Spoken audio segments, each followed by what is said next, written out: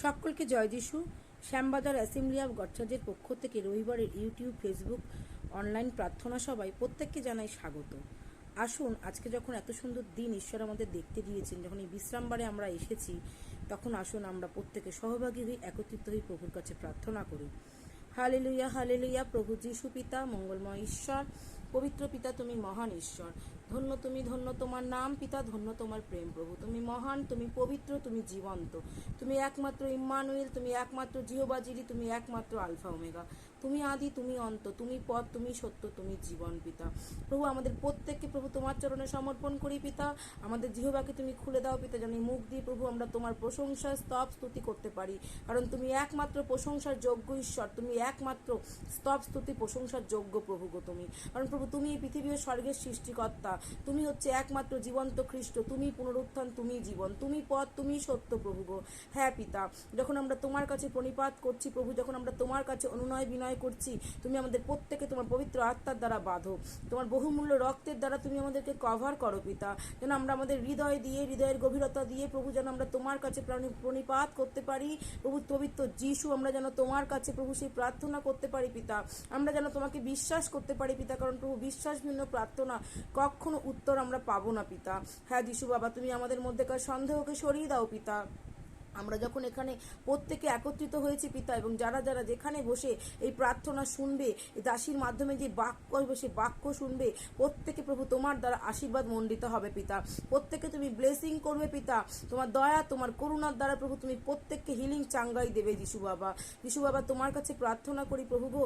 প্রভু গো, আমরা যেরকম প্রভু তোমার সেই আলোর পথে দিশারি হয়েছি, যারা আজও প্রভু সেই অন্ধকারের পথে রয়েছে, যারা আজও সেই জগতের মোহমায়ার মধ্যে রয়েছে প্রভু গো, তাদেরকে তুমি সেখান থেকে বের করে এনে তোমার পবিত্রতার পথে তুমি চালাও পিতা।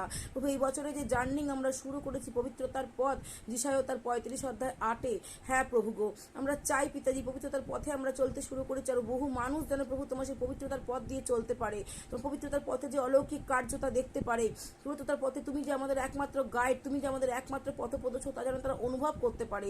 পবিত্রতার পথে তুমি যে তোমার পবিত্র আত্মার দ্বারা আমাদেরকে স্পর্শ করে রাখো, তা যেন প্রত্যেকে ফিল করতে পারে প্রভু গো। তোমার কাছে প্রার্থনা করি পিতা, যতজন এই প্রার্থনা শুনছে পিতা, প্রত্যেকে যেন প্রভু তোমার নামের দ্বারা ব্লেসিং প্রাপ্ত হয়, তোমার যিশু নামের দ্বারা প্রভু প্রত্যেকে যেন বন্ধন থেকে মুক্ত হয় পিতা। তুমি খুলে দাও জিহ্বা পিতা, তুমি খুলে দাও কর্ণ পিতা, খুলে দাও হৃদয়ের অন্তঃস্থল পিতা, শুধু শোনা নয় পিতা, প্রত্যেকটি আত্মাকে প্রভু তোমার নামে তুমি কার্যকরী করো পিতা। যেন পিতা আমরা প্রত্যেকে শুধু শুনে নয় পিতা, আমরা যেন অন্যকে যেন আত্মাকে প্রভু তোমার নামে তুমি কার্যকরী করো পিতা। যেন পিতা আমরা প্রত্যেকে শুধু শুনে নয় পিতা, আমরা যেন অন্যকে যেন তোমার সেই পরিচর্যার কাজের কথা, তোমার সেই অলৌকিক কার্যের কথা, আমরা যেন তুমি যে একমাত্র জীবন্ত খ্রিস্ট, তা যেন আমরা বলতে পারি পিতা। যিশু বাবা প্রভু, যেরকম আমি এখন তোমার কাছে প্রার্থনায় বসছি পিতা, যখন আমি যেরকম প্রভু তোমার কাছে আমরা প্রত্যেকে যেরকম প্রার্থনা করছি, আরও যারা যারা প্রার্থনা করবে, আরও যারা যারা গান করবে, যে দাসীর মাধ্যমে প্রভু সেই পাস্টারের মাধ্যমে পিতা সেই বাক্য আজকে আমরা শুনবো প্রভু গো, তাদেরকেও তুমি ব্লেসিং করো, জিহ্বাকে তুমি খুলে দাও পিতা, হরপুরে তাদেরকে তুমি স্পর্শ করে থাকো পিতা, তোমার যিশু নামে তুমি স্পর্শ করে থাকো পিতা। কারণ তুমি ছাড়া আমরা শূন্য প্রভু, তুমি আমাদের পরিপূর্ণ করেছো পিতা, তোমার ভালোবাসার দ্বারা, তোমার ক্ষমার দ্বারা, তোমার প্রেমের দ্বারা, তোমার সুন্দর সেই দয়া করুণার দ্বারা পিতা। হ্যাঁ প্রভু গো, তোমার বাক্য বলে আমরা যেন সর্বপ্রথম তোমার সেই রাজ্য ধার্মিকতার বিষয়ে চিন্তিত হই, সব কিছু আমরা তাহলেই পাবো। হ্যাঁ যিশু বাবা, কি খাবো কি পরবো সেই বিষয়ে নয় প্রভু, যখন আজকে এই সুন্দর দিনে বিশ্রাম বারে আমরা তোমার কাছে হাঁটু গেড়ে বসেছি, আমরা তোমার কাছে প্রভু সেই পরিপাত করছি প্রভু, প্রত্যেকে তুমি ব্লেসিং করো, প্রত্যেকে তুমি চাঙ্গাই করো, কারণ তুমি একমাত্র পথ, সত্য, জীবন ঈশ্বর প্রভু গো। প্রভু তুমি উচ্চ দুর্গ, তুমি উচ্চ শৈল পিতা, তুমি উচ্চ ঢাল হয়ে প্রত্যেকে তুমি কভার করো। যত মানুষ পিতা এখনো অন্ধকারে আছে, তাদের হৃদয়ে তুমি কথা বলো, কারণ আমরা জানি পিতা অনেক আহুত কিন্তু অল্প মনোনীত, সেই মনোনীতের মধ্যে যেন পিতা আমার প্রত্যেকটি সহভাগী ভাই বোন যেন পিতা তোমাকে জানতে পারে, চিনতে পারে পিতা, এবং বিশ্বাস করি পিতা।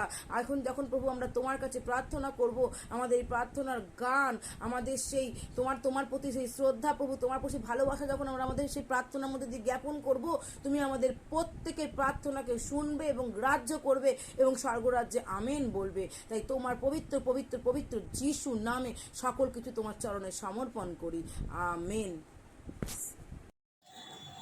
আসুন আমরা শাস্ত্র পাঠে যাই। আজকের শাস্ত্রাংশ নেওয়া হয়েছে গীতসংহিতা 30 অধ্যায়ের 1 থেকে 12, আদি পুস্তকের 16 অধ্যায়ের 1, 17 অধ্যায়ের 1 থেকে 9, 18 অধ্যায়ের 9 থেকে 15, 21 অধ্যায়ের 1 থেকে 7। গীতসংহিতা 30 অধ্যায়। সদাপ্রভু, আমি তোমার প্রশংসা করিব, কেননা তুমি আমাকে উঠাইয়েছ। আমার শত্রুগণকে আমার বিষয় আনন্দ করিতে দেও নাই। হে সদাপ্রভু আমার ঈশ্বর, আমি তোমার কাছে আর্তনাদ করিলাম, আর তুমি আমাকে সুস্থ করিলে। সদাপ্রভু, তুমি পাতাল হইতে আমার প্রাণ উত্তোলন করিয়াছ, তুমি আমাকে বাঁচাইয়া রাখিয়াছ, যেন গর্তে নামিয়া না যাই। হে সদাপ্রভুর সাধুগণ, তাহার উদ্দেশ্যে সঙ্গীত করো, তাহার পবিত্র নামের ধন্যবাদ করো, কেননা তাহার ক্রোধ নিমেষমাত্র থাকে, তাহার অনুগ্রহতেই জীবন সন্ধ্যাকালে রোদন অতিথিরূপে আইসে, কিন্তু প্রাতঃকালে আনন্দ উপস্থিত। আমার সুখাবস্থায় আমি বলিয়াছিলাম, আমি কখনো বিচলিত হইব না। সদাপ্রভু, তুমি আপন অনুগ্রহেই আমার পর্বত দৃঢ়রূপে স্থাপন করিয়াছিলে। তুমি মুখ লুকাইলে আমি বিহ্বল হইয়া পড়িলাম। সদাপ্রভু, আমি তোমাকেই ডাকিলাম, সদাপ্রভুরই কাছে বিনতি করিলাম। কূপে নামিলে আমার রক্তে কি লাভ? ধূলি কি তোমার স্তব করিবে? তোমার সত্য কি প্রচার করিবে? শুনো, হে সদাপ্রভু, আমাকে কৃপা করো। সদাপ্রভু, আমার সহায় হও। তুমি আমার বিলাপ নৃত্যে পরিণত করিয়াছ। তুমি আমার চট খুলিয়া আমাকে আনন্দ পটুকায় বদ্ধপটি করিয়াছ, যেন আমার গৌরব তোমার প্রশংসা গান করে, নীরব না থাকে। সদাপ্রভু আমার ঈশ্বর, আমি চিরকাল তোমার স্তব করিব। আদিপুস্তক 16 অধ্যায়ের 1। আব্রামের স্ত্রী সারি নিঃসন্তানা ছিলেন, এবং হাগার নামে তার এক মিশ্রিয়া দাসী ছিল। আদিপুস্তকের 17 অধ্যায়ের 1 থেকে 9। আব্রামের 99 বৎসর বয়সে সদাপ্রভু তাহাকে দর্শন দিলেন ও কহিলেন, আমি সর্বশক্তিমান ঈশ্বর, তুমি আমার সাক্ষাতে গমনাগমন করিয়া সিদ্ধ হও, আর আমি তোমার সহিত আপন নিয়ম স্থির করিব ও তোমার অতিশয় বংশবৃদ্ধি করিব। তখন আব্রাম উবুড় হইয়া পড়িলেন, এবং ঈশ্বর তাহার সহিত আলাপ করিয়া কহিলেন, দেখো, আমি তোমার সহিত আপন নিয়ম স্থির করিতেছি, তুমি বহু জাতির আদি পিতা হইবে। তোমার নাম আব্রাম আর থাকিবে না, কিন্তু তোমার নাম আব্রাহাম হইবে, কেননা আমি তোমাকে বহু জাতির আদি পিতা করিলাম। আমি তোমাকে অতিশয় ফলবান করিব, এবং তোমা হইতে বহু জাতি জন্মাইবে, আর রাজারা তোমা হইতে উৎপন্ন হইবে। আমি তোমার সহিত ও পুরুষানুক্রমে তোমার ভাবী বংশের সহিত যে নিয়ম স্থাপন করিব, তাহা চিরকালের নিয়ম হইবে। ফলত আমি তোমার ঈশ্বর ও তোমার ভাবী বংশের ঈশ্বর। আর তুমি এই যে কনান দেশে প্রবেশ করিতেছ, ইহার সমুদয় আমি তোমাকে ও তোমার বংশকে চিরস্থায়ী অধিকারতে দিব, আর আমি তাহাদের ঈশ্বর হইব। ঈশ্বর আব্রাহামকে আরও কহিলেন, তুমিও আমার নিয়ম পালন করিবে, তুমিও তোমার ভাবী বংশ পুরুষানুক্রমে তাহা পালন করিবে। আদিপুস্তকের 18 অধ্যায়ের 9 থেকে 15। আর তাহারা তাহাকে জিজ্ঞাসা করিলেন, তোমার স্ত্রী সারা কোথায়? তিনি কহিলেন, দেখুন, তিনি তাম্বুতে আছেন। তাহাতে তাহাদের এক ব্যক্তি কহিলেন, এই ঋতু পুনরায় উপস্থিত হইলে আমি অবশ্য তোমার সহিত তোমার কাছে ফিরিয়া আসিব, আর দেখো, তোমার স্ত্রী সারার এক পুত্র হইবে।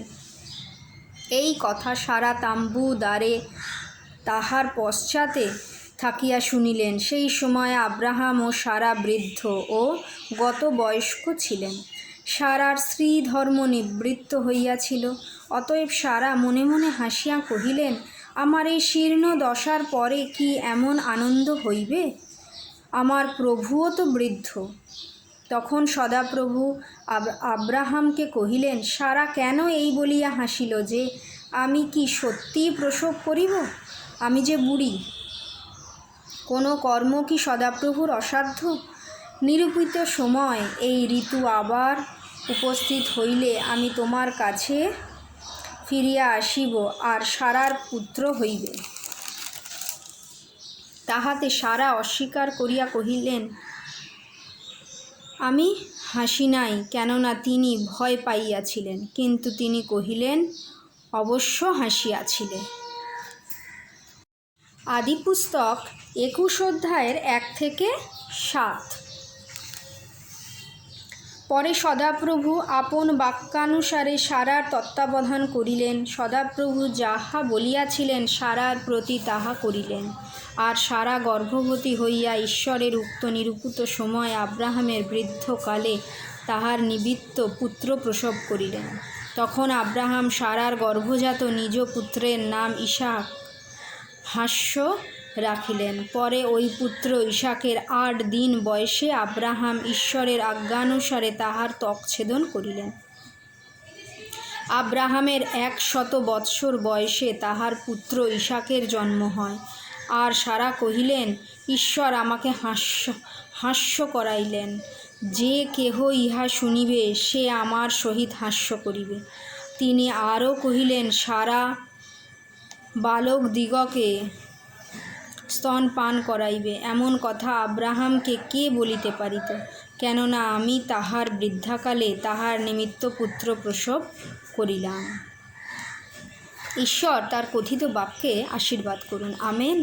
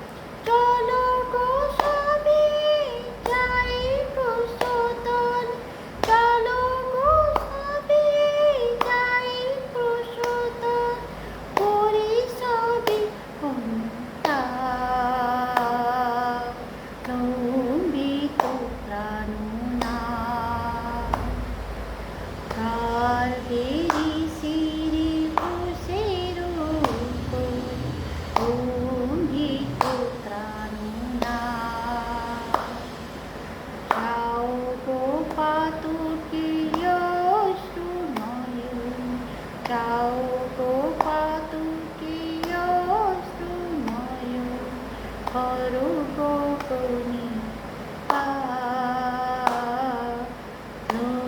ভীত প্রাণনা কাল তেরি সিরি খুশি।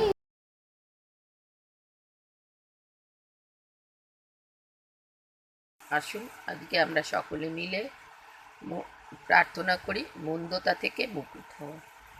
হালেলুয়া। মহান পিতা, তোমাকে ধন্যবাদ দিচ্ছি আজকের এই সুন্দর সুন্দর দিন তুমি আমাদের জীবনে দিয়েছো এবং প্রতিটা নিঃশ্বাস তোমার আশীর্বাদে পড়ছে প্রভু। প্রভু প্রতিটা নিঃশ্বাসে তুমি থাকো প্রভু। হে মঙ্গলময় পিতা, তোমাকে বিশ্বাস করেছি এবং প্রার্থনা করছি আমাদের প্রত্যেকটা মানুষ যেন মন্দতা থেকে মুক্ত হতে পারে। প্রতিটা মন্দতা থেকে তুমি যেমনি আমাদের জন্য এই পৃথিবীতে এসছিলে, এই পৃথিবীর ছিলে না, তুমি সেই স্বর্গের ঈশ্বর ছিলে, সেই ঈশ্বরের পুত্র ছিলে। তুমি যেমনি এসছিলে আমরাও যেন মনে করি এই পৃথিবীতে আমরা অতিথি হয়ে এসেছি প্রভু। তাই তোমার চরণতলে রেখেছি সমস্ত মন্দতাকে প্রভু। হয়তো এই পৃথিবীর এই জগতের প্রভু আমরা বাস করছি, কিন্তু প্রভু আমরা জগতের কোনো মন্দতা নিতে পারি না। আগে অতীতে যা মন্দতা আমরা করে চলেছি সেই পথ থেকে তুমি আমাদের মুক্ত করে নিয়ে এসছো প্রভু। আর যেন আমরা মন্দতা মধ্যে না থাকি প্রভু। প্রতিটা মানুষ, প্রতিটা আত্মা যেন মন্দতা থেকে মুক্ত হতে পারে প্রভু। হে মহান পিতা, তোমার আশীর্বাদ, তোমার সেই স্পর্শ, তোমার সেই ভালোবাসা থাকলে প্রতিটা মানুষ সে মন্দ থেকে দূরে থাকবে প্রভু। হে মহান ঈশ্বর, যার মা নেই সে তার মা তুমি, যার বাবা নেই তার বাবা তুমি। তাই তুমি যদি মন্দতার মধ্যে না চলে থাকো, আমরা যারা তোমাকে অনুসরণ করছি তো আমরাও যেন তোমার সেই পথে চলতে পারি। প্রতিটা মুহূর্ত যেন তোমাকে স্মরণ করি। প্রতিটা মুহূর্তে যখন কোনো মন্দতা হাতছানি দেবে প্রভু গো, আমরা যেন তোমায় স্মরণ করে এগোতে পারি। প্রভু গো, প্রত্যেকটা মুহূর্ত তুমি আমাদের সঙ্গে থেকো এবং আমাদের জীবনে যত আঘাত আসুক আমরা যেন সেইভাবেই চলতে পারি, যেন যাতে তুমি আমাদের সাথে আছো। সে তুমি মহান ঈশ্বর, তুমি আমাদের শক্তি যোগাও, তুমি আমাদের সব কিছু থেকে দূরে রাখো। তাই আমরা কোনো কিছুর বিনিময়ে যেন মন্দতার পথে না পড়ি প্রভু, মন্দের আসক্ত না হই প্রভু। সমস্ত মন্দতা থেকে যেন আমাদের ছেলে মেয়ে প্রত্যেকটা মানুষকে এবং মণ্ডলীর প্রত্যেকটা মানুষকে, পাড়া প্রতিবেশী সকলকে রাখলাম, তারা যেন মন্দতা থেকে মুকুব হতে পারে প্রভু। প্রতিটা মন্দতার পথ থেকে যেন তারা মুকুব হতে পারে প্রভু। এবং মনের মধ্যেও কোনো মন্দ চিন্তা যেন আমাদের মধ্যে না আসে প্রভু। বিশ্বাস করি প্রভু, যার মনের মধ্যে তুমি আছো কখনোই সেই মন্দতা বাসা বাঁধতে পারে না। যদিও কোনো রকম মন্দতা এসে থাকে প্রভু, তুমি দূর করো প্রভু, কারণ তুমিই পারো একমাত্র ঈশ্বর আমাদের ভেতর থেকে সমস্ত মন্দতাকে দূরে ফেলে দিতে। বিশ্বাস করেছি প্রভু, তুমি আমাদের সকল প্রার্থনা শুনছো এবং উত্তর দিচ্ছ।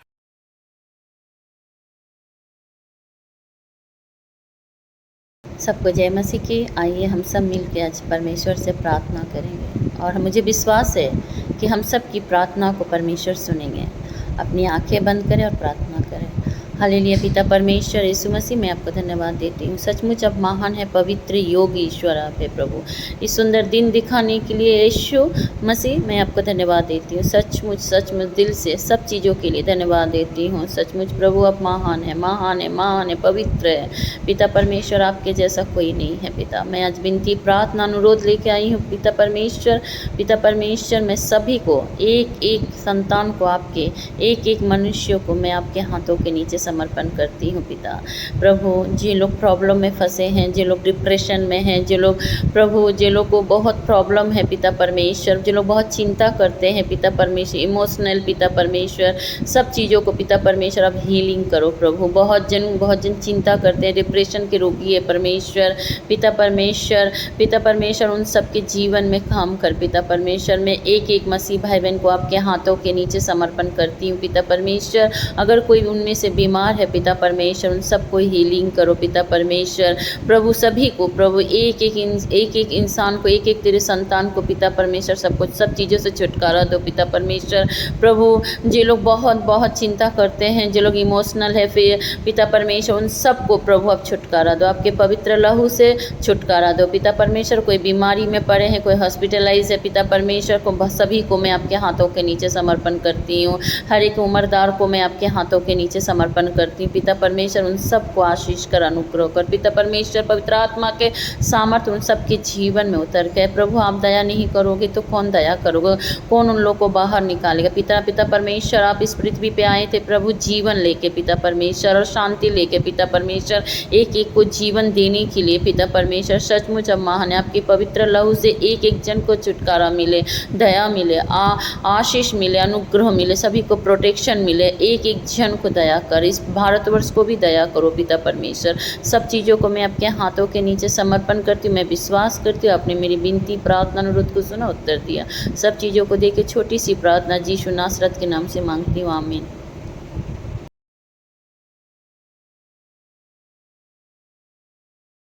Praise Lord.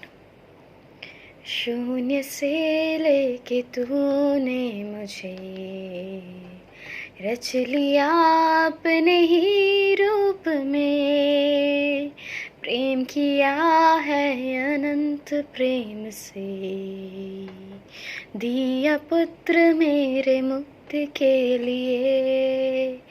अनोखा प्यार है तेरा, करूँगा स्तुति तेरी मैं सर्वदा।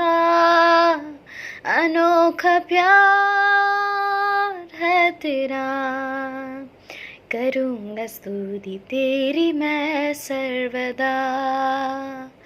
जग में आया यीशु स्वर्ग छोड़ के, मेरा सारा दंड सह लिया उसने। कोड़े खा के क्रूस उठा के यीशु ने मुझे मुक्ति और चंगाई दे दी है। अनोखा प्यार है तेरा, करूँगा स्तुति तेरी मैं सर्वदा। अनोखा प्यार है तेरा, करूँगा स्तुति तेरी मैं सर्वदा। आमीन।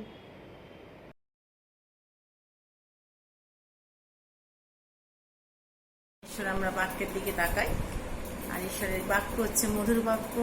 আর ঈশ্বরের বাক্য আমাদের সঙ্গে কথা বলে, ঈশ্বরের বাক্য আমাদেরকে রিপ্রোচ করে, ঈশ্বরের বাক্য আমাদের সংশোধন করে, ঈশ্বরের বাক্য আমাদেরকে ঈশ্বরের প্রতি আস্থা এবং বিশ্বাস রাখতে সাহায্য করে। ঈশ্বরের বাক্য আমাদেরকে জীবন দেয়। সব কিছু একদিন সরে, কিন্তু ঈশ্বরের বাক্য কখনো কি আপনারা সরবে না।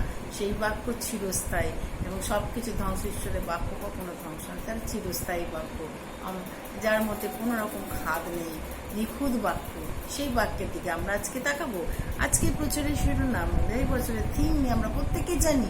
এবছরের থিম হচ্ছে দ্য রোড অফ হোলিনেস, অর্থাৎ পবিত্রতার পথ। এই পবিত্রতার পথে আমরা দেখে এসেছি কীভাবে এই কোন কোন দিকে আমাদের এই পবিত্রতার পথে, কোন কোন এরিয়াতে আমাদের পবিত্রতার পথ ধরে চলতে হবে। আজকে আমরা দেখব যে ঈশ্বরের প্রতিজ্ঞা এই পবিত্রতার পথে, God's promise in the road of holiness.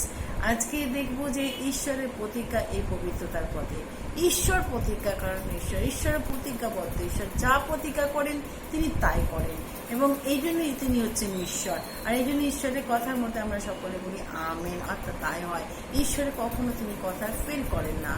প্রিয় ভাই বোন, এখানে এবং ঈশ্বরের প্রতিজ্ঞা তিনি যখন করেছেন, এবং সেই প্রতিজ্ঞা বাইবেলে প্রচুর প্রতিজ্ঞা আছে যে আমরা দেখি, সেখানে 30,000-এর বেশি প্রতিজ্ঞা বাইবেলে আছে। সবই কিন্তু আমাদের জন্য। কত মহান ঈশ্বর তিনি, তিনি তার সন্তানদের জন্য এই প্রতিজ্ঞার বাক্য রেখেছেন, যা তিনি এবং তিনি যা বলেন সেটাই করেন। তাই তার সন্তানদের তিনি কখনো আপসেট হতে দেখতে চান না, তার সন্তানদের কখনো ডাউন হতে দেখতে চান না।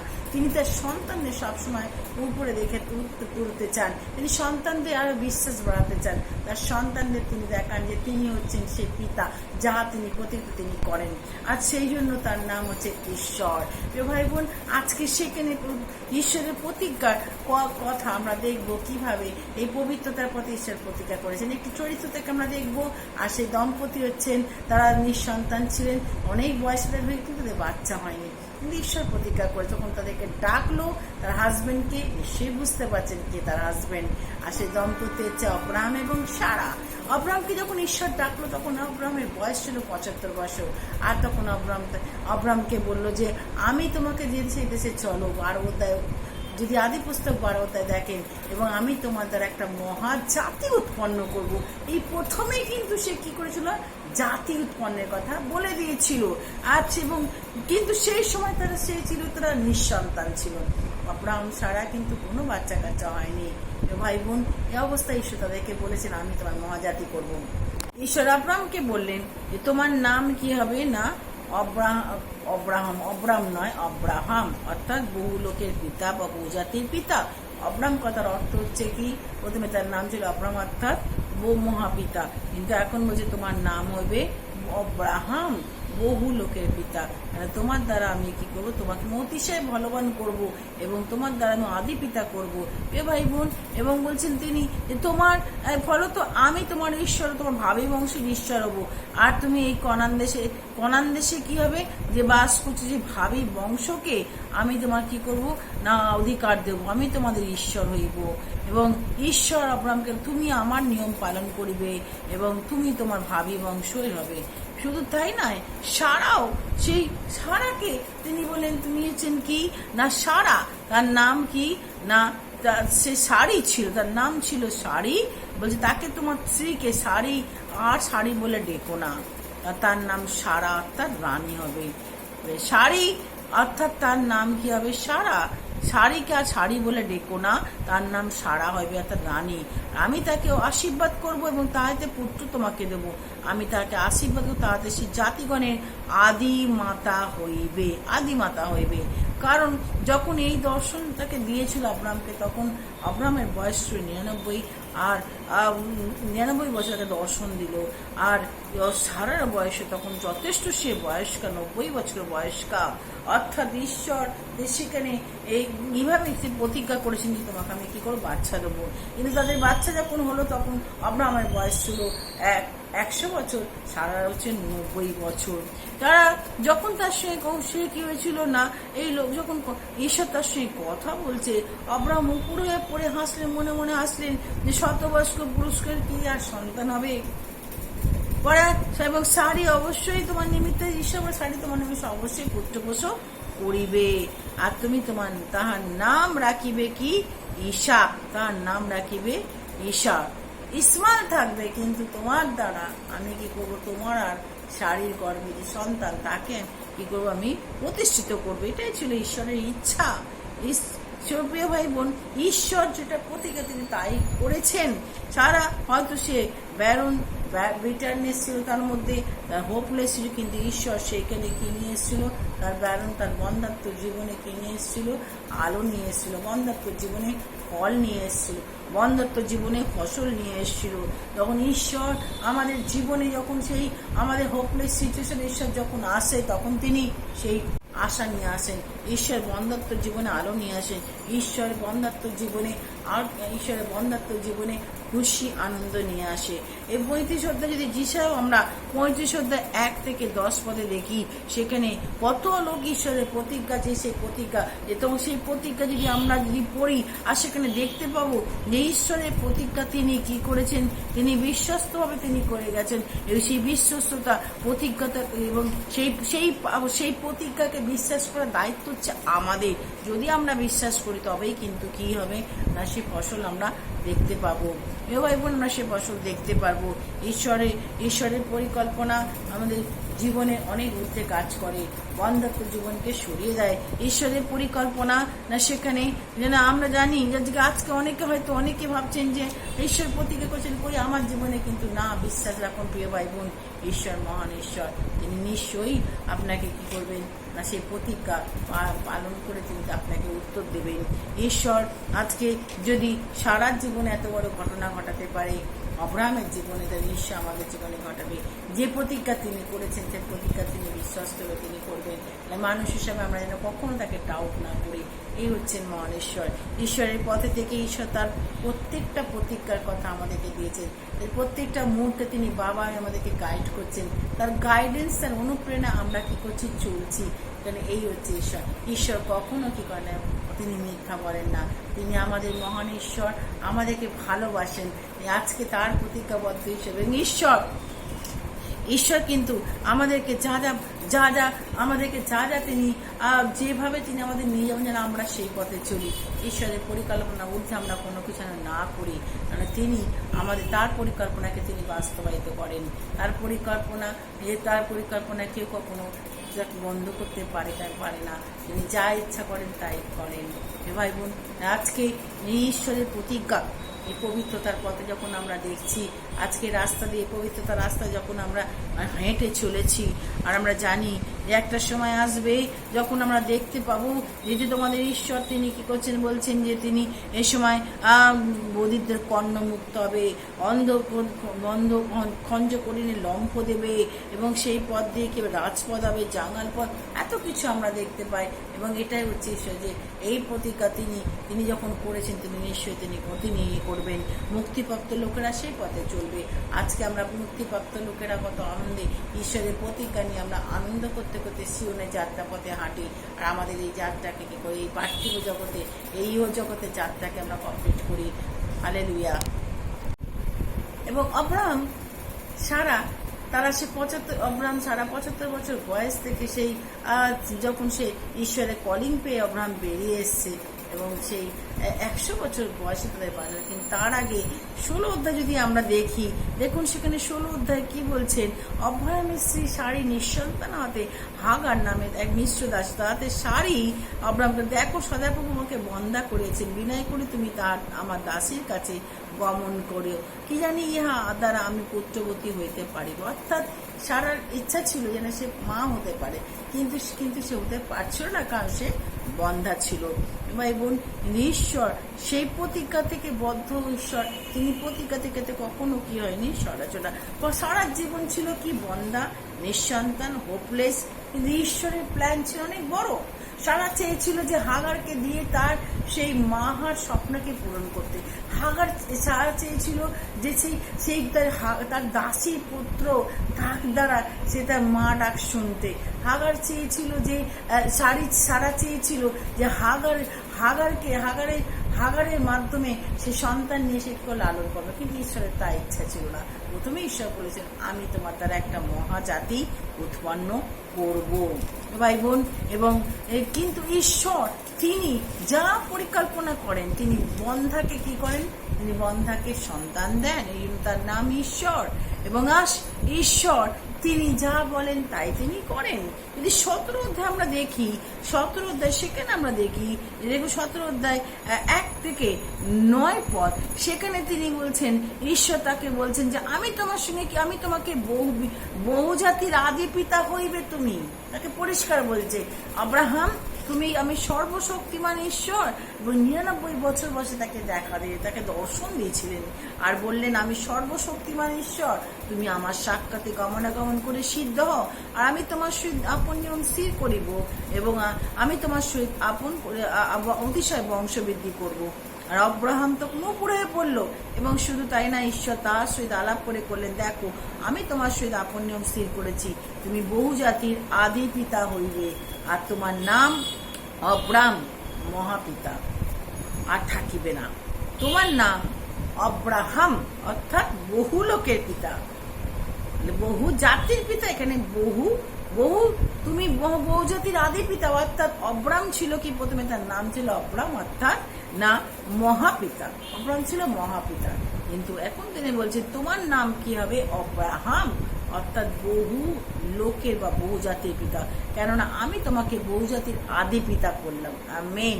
ঈশ্বর অতিশয় কি বলছে, আমি তোমাকে ফলবান করব, তোমার হইতে বহু জাতি উৎপন্ন হবে, আর রাজারা তোমার হইতে কি উৎপন্ন হবে, আমি তোমার সহিত এবং পুরুষানুক্রমে তোমার ভাবি বংশের সহিত কি করব। যখন আমাদের জীবনে আসে, যে বন্ধাত্ম জীবনে তিনি কি নিয়ে আসেন, আশা নিয়ে আসেন, আলো নিয়ে আসেন, আশা নিয়ে আসেন, আলো নিয়ে আসেন। সারাকে আমরা আরো দেখি যে এখানে 18 অধ্যায় যদি আমরা দেখি 9 থেকে 15 পদ, সেখানে আমরা দেখতে পাই যে ঈশ্বর তাকে বলছেন যে 18 অধ্যায় 9 থেকে 15 পদ বলছে যে তোমার স্ত্রী সারা কোথায়, দেখো সেই এই ঋতু পুনরায় আসিবে, আমি অবশ্য তোমার কাছে ফিরে আসবো, এবং সারার কি হবে, পুত্র হবে। ফারার করতে হবে। যখন 3টি লোক যখন সে কথা বলছিল তাম্বুর মধ্যে, তাম্বুর উপরে এখানে কাছে আব্রাহামের সঙ্গে, তখন সারাই কথা শুনছিল।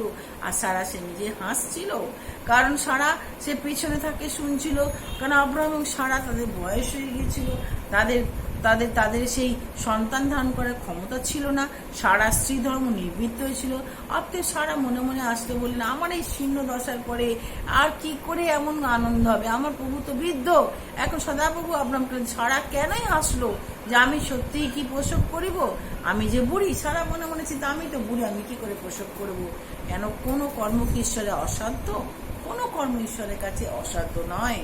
এবং আমরা দেখতে পাই যে সত্যি তাই, যে কিভাবে সেখানে ঈশ্বর যে প্রতিজ্ঞা করে সেই প্রতিজ্ঞাকে তিনি পালন করেছেন। প্রিয় ভাই বোন, ঈশ্বরের বাক্য আমাদেরকে শেখায়, ঈশ্বরের প্রতিজ্ঞার উপর আমরা বিশ্বাস রাখি।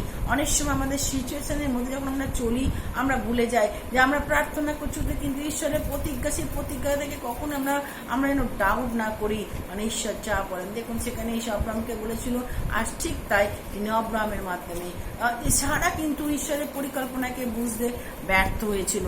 সারা চেয়েছিল যে কথা ছিল সেই সন্তান, আর সেই সন্তানের জন্য সে হাগারের সঙ্গে আব্রাহামে আর সম্পর্কের মধ্যে দিয়ে সে পুত্র নিতে চেয়েছিল। ঈশ্বর বলেছে, ঈশ্বর কিন্তু অন্য প্ল্যান ছিল। ঈশ্বরের প্ল্যান বিয়ন্ড আওয়ার আন্ডারস্ট্যান্ডিং। ঈশ্বরের প্ল্যান বা পরিকল্পনা আমাদের অনেক কিছুর ঊর্ধ্বে, আমাদের বোধগম্যের ঊর্ধ্বে। এবং যখন ঈশ্বর ভিজিট করে তখন আমাদের জীবনে কি ঘটে, আমাদের জীবনে কি হয়, ফসল আসে।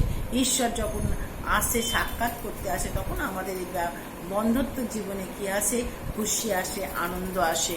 শুধু বাই নয়, আমরা দেখবো সবসময় মনে রাখবো যে শুধু সারা নয়, এখানে আরো দেখি আমরা হান্নাও বান্ধা ছিল, কিন্তু ঈশ্বর সেখানেও কি করেছিল, তাকে দিয়েছিল। এবং যদি রেবেকাকে দেখি, রেবেকাও তো সে বন্ধা ছিল, কিন্তু ঈশ্বর কিভাবে তাদেরকে সে বাচ্চা দিয়েছিল, সন্তান দিয়েছিল। ভাই বোন, ঈশ্বর হচ্ছেন মহাপ্রতিজ্ঞাশালী ঈশ্বর। তিনি প্রতিজ্ঞাবদ্ধ ঈশ্বর। এই প্রতিজ্ঞা, তার প্রতিজ্ঞা তিনি সবসময় কি করেন না, তিনি বিশ্বস্তভাবে পালন করেন। এবং ঈশ্বর কিন্তু এই বন্ধত্ব জীবনে আলো আনতে পারেন। ঈশ্বর যেখানে তিনি আসেন সেখানে তিনি ভিজিট করেন। ঈশ্বর কখনো তিনি করেন না। ঈশ্বরে সবসময় মনে রাখা দরকার যে ঈশ্বর, তিনি তো তার অসাধ্য বলে কিচ্ছু নেই। এই পৃথিবীতে ঈশ্বর অসাধ্য বলে কিচ্ছু নাই। তার কাছে একদিন সহস্র দিনের সমান, সহস্র দিন একদিনের সমান, কারণ তিনি হচ্ছেন ঈশ্বর। তিনি সর্বশক্তিমান, এল শ্রদ্ধায় তার নাম। এবং আমরা জানি এই 21 অধ্যায় যদি আমরা দেখি, 21 অধ্যায় 1 থেকে 7, পরে সদাপ্রভু আপন যে বাক্য তিনি রেখেছিলেন, তিনি সেই সারার তত্ত্বাবধান করলেন, আর তা যা বলেছিলেন সারার প্রতি তা করলে। সারা গর্ভবতী হইয়ে ঈশ্বরের উক্ত নিরীপুতের সময় আব্রাহামের বৃদ্ধকালে তার নিমিত্ত পুত্র প্রসব করলেন। আর আব্রাহাম সারার গর্ভজাত নিজ পুত্রের নাম ইসাক হাস্য রাখিলেন পরেই। এবং আমরা দেখতে পাই যে কিভাবে এই বাচ্চাকে তারা কি করেছিল, বড় করছিল। এবং ঈশ্বর, দেখুন, হয়তো লোকেরা শুনে অবিশ্বাস করতে পারে, কিন্তু ঈশ্বরের কাছে সকলই সম্ভব। যা আমরা ভেবে পাই না, ঈশ্বর তাই করেন, কারণ তিনি হচ্ছেন ঈশ্বর। আজকে এই বাক্য যখন আমরা পেয়েছি, আমাদের কখনো আমাদের ব্যারন স্পিরিট, বন্ধাত্মা স্পিরিট কি করে, আমাদের জীবনকে স্টপ করে দেয়, কিন্তু আমাদের জীবনটাকে স্টপ করে দেয়। সবসময় আমাদের কখনো ঈশ্বরকে আহ্বান করে যে তোমার প্রতিজ্ঞা তুমি পালন করো, আমি রেডি আছি। ঈশ্বরের প্রতিজ্ঞা পালনের মধ্য দিয়ে আমরা দেখতে পাই তার ফেথফুলনেস, তার বিশ্বস্ততা। আমেন।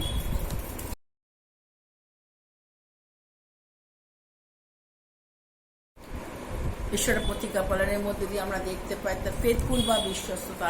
ঈশ্বরের প্রতিজ্ঞা পালনের মধ্যে দিয়ে আমরা দেখতে পাই তার দয়া, তার অনুগ্রহ। ঈশ্বরের প্রতিজ্ঞা পালনের মধ্যে দিয়ে আমরা দেখতে পাই যে আমাদের প্রতি তার অসীম করুণা, আমাদের প্রতি তাদের চিন্তা ভাবনা। তাই তো তিনি ঈশ্বর। যখন মানুষ আপনার চিন্তা ভাবনা করে না, কিন্তু ঈশ্বর তিনি করেন, আর সেই জন্য তিনি প্রতিজ্ঞা করেছেন। এতগুলো প্রতিজ্ঞা আমরা যখন প্রতিটা মুহূর্তে ঈশ্বরের প্রতিজ্ঞার কাছে আসি, আর নিজেকে আমরা কি করে সে বিশ্বাসে রাখি, হ্যাঁ প্রভু তুমি সেই ঈশ্বর, তুমি করবে, আমাদের জীবনে কাজ করবে। আসুন আজকে আমরা সেই প্রতিজ্ঞার পথে, আমরা সেই প্রতিজ্ঞাকে নিই, আর এই এই পবিত্রতার রাস্তা যখন আসছি, ঈশ্বরের প্রতিজ্ঞাকে আমরা সঙ্গে নিই, মনে বল বৃদ্ধি করি, শক্তিপ্রাপ্ত হই, আস্থা রাখি এবং এই যাত্রাকে আমরা শেষ করব। শিউনের যাত্রা পথে আমরা হাঁটছি। Hallelujah, amen. আসুন আমরা প্রার্থনায়। সদাপ্রভু, তোমাকে আরেকটি বার ধন্যবাদ দিই আজকের এই বাক্য দেওয়ার জন্য প্রভু, ঈশ্বরের প্রতিজ্ঞায় পবিত্রতার রাস্তায়। ধন্যবাদ দিই প্রভু তোমার সেই জন্য, ধন্যবাদ দিই প্রভু তোমার সেই বাক্য যেন যা হচ্ছে সেই আমাদের মনে নিয়ে আসে বল প্রভু। প্রভু তোমার বাক্য অনুসারে প্রভু, আমার বাক্য অনুসারে তোমার প্রতিজ্ঞা কখনো ফেল হবে না। আকাশ পৃথিবী লোপ হবে কিন্তু ঈশ্বরের বাক্য কখনো বিলুপ্ত হবে না। ধন্যবাদ দিই প্রভু যিশু আজকে এই বাক্যে যেন প্রভু যে প্রার্থনা করি যারা অসুস্থ পীড়িত আছে, এই প্রতিজ্ঞার বাক্য তাদের নিজেকে সতেজ করুক, তাদের সেই নিরাশার জীবনে তুমি আশার আলো নিয়ে এসো, তাদের সেই শুকনো জীবনে প্রভু তুমি সেই জল নিয়ে এসো। দয়া করো প্রভু যিশু, তোমার কাছে প্রার্থনা করছি যেন আমরা সেই জীবনের শেষ দিন পর্যন্ত এই যাত্রা শেষ করে তবেই যেন আমরা এই পৃথিবী থেকে যেতে পারি। ও প্রার্থনা করছি, মারানাথা তুমি আসছো, শীঘ্র তুমি আসছো। এখনো যারা মানুষরা যারা প্রভু এই রাস্তার খোঁজ পায়নি, আমাদের দেখাও প্রভু, সেই সমস্ত মানুষদের যেন আমরা নিয়ে আসি এই রাজপথের দিকে প্রভু, তবেই তো আমাদের আনন্দ কমপ্লিট হবে প্রভু। তোমার কাছে প্রার্থনা করি আমাদের বারেন বা বেদনা তাদের জন্য যারা হারিয়ে যাচ্ছে প্রভু, দয়া কর প্রভু যিশু, তোমার কাছে প্রার্থনা চাই। করুণাময় ঈশ্বর, তোমার করুণা তুমি ঢেলে দাও প্রত্যেকের উপরে, বক্তা শ্রোতা উভয়কে আসছে, প্রত্যেকটা ঘরকে তুমি আশীর্বাদ প্রাপ্ত করো। তোমার বিশু নামে হোক মহিমা, তোমার প্রশংসা গৌরব সমাধান হোক যুগ পর্যায়ে যুগে যুগে তোমারই নামে হোক প্রভু, শুধুমাত্র তোমারই নামে। আমি বিশ্বাস রাখি এই প্রার্থনা শুনেছি উঠতে যিশু নামে এই প্রার্থনা চাইলাম। আমিন, আমিন, আমিন।